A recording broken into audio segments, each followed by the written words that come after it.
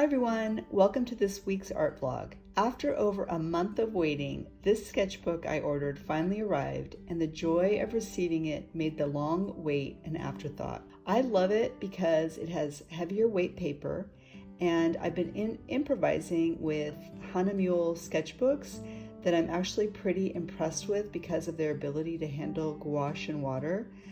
But since I love using a ton of water, I have high hopes for this new Stillman Birn sketchbook being able to handle what I throw at it. I'll keep you posted on whether I like it. The first page in a sketchbook can be daunting. I can't tell you how many times I've bought a sketchbook and put all kinds of expectations on it, like this one is going to be dedicated to one particular subject, or only drawing, or only painting. I recently made a sketchbook. It's pretty big, and my intention when I created it is I'm only going to put in it things about where I live here in Sintra, Portugal. But of course, it never works out that way, because in a moment you need paper and you have an idea and you just reach for the first thing that you can reach for. So anyway, I just want to remind ourselves what the sketchbook really is. It's a place for us to explore and to learn from and to experiment. So let's not be too precious with them. Just go for it on that first page. I decided to use a color palette of reds and purples. I don't ever really use this color palette, so I didn't want to go into this new sketchbook with something practiced. So my approach today is a little bit messy, and I'm just starting with some general shapes.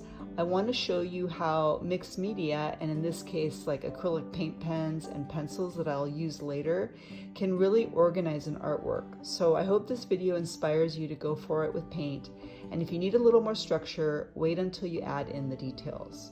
So if you like this video, I just want to gently remind you to please give it a thumbs up. It really does help tell YouTube that my videos are worthwhile, and it actually shows my videos to more people the more likes I receive. So I hate to even talk about it because I don't want you to feel pressure, but it really does help me, and I work pretty hard at creating them every week for you. So I really hope that you're enjoying them. Thank you. So today I want to share that I've been taking a course by Maisel called You Are What You Think. I subscribe to Daily Om online, and besides a daily uplifting message that I noodle on, they offer courses which I love. I want to tell you about this one because it's been super positive for me, specifically for my mind. Dr. Maisel's techniques using imagination to deal with repetitive and not helpful thinking are really good. Do you have a mind that doesn't let up? I do, and he talks about how for creatives and very sensitive people like me, using my imagination to pause and essentially redirect my mind to a peaceful and ideal room of my own design can be a powerful tool.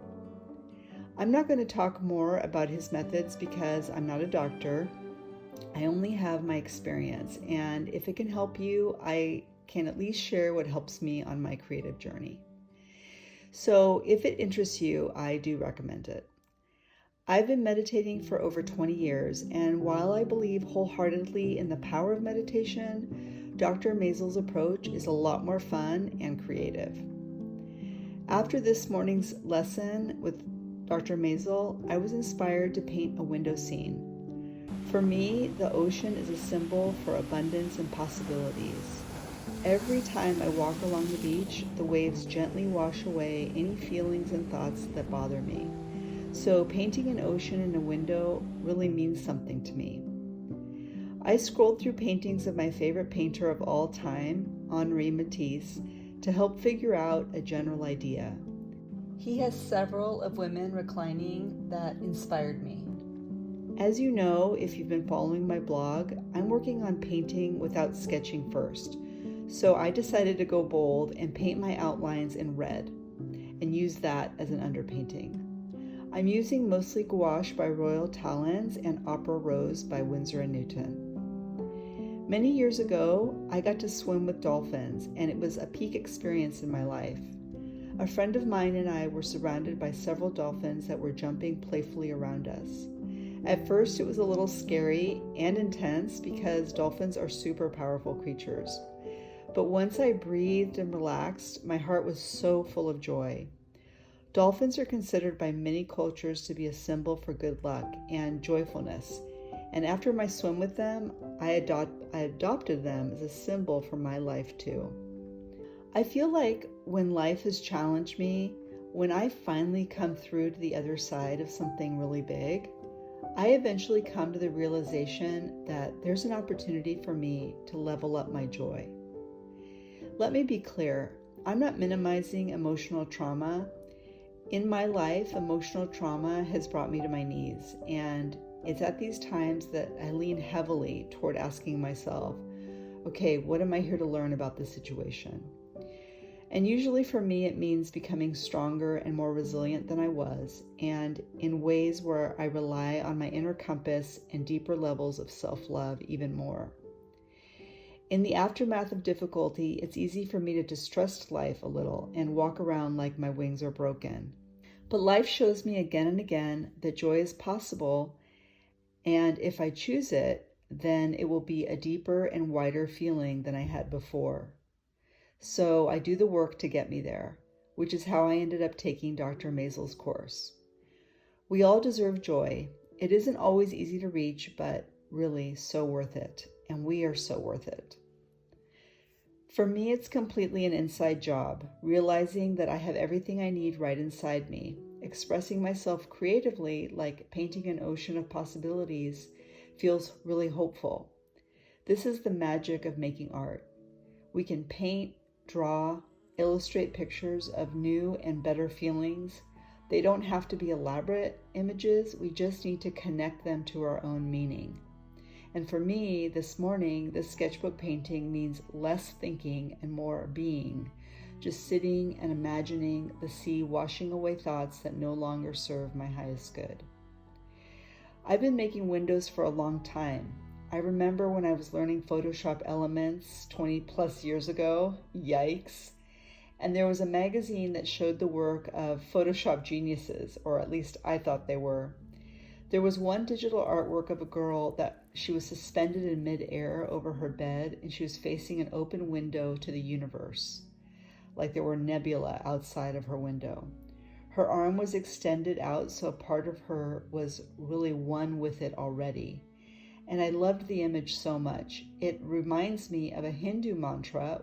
It goes something like this: Tat Vam Asi, which means thou art that.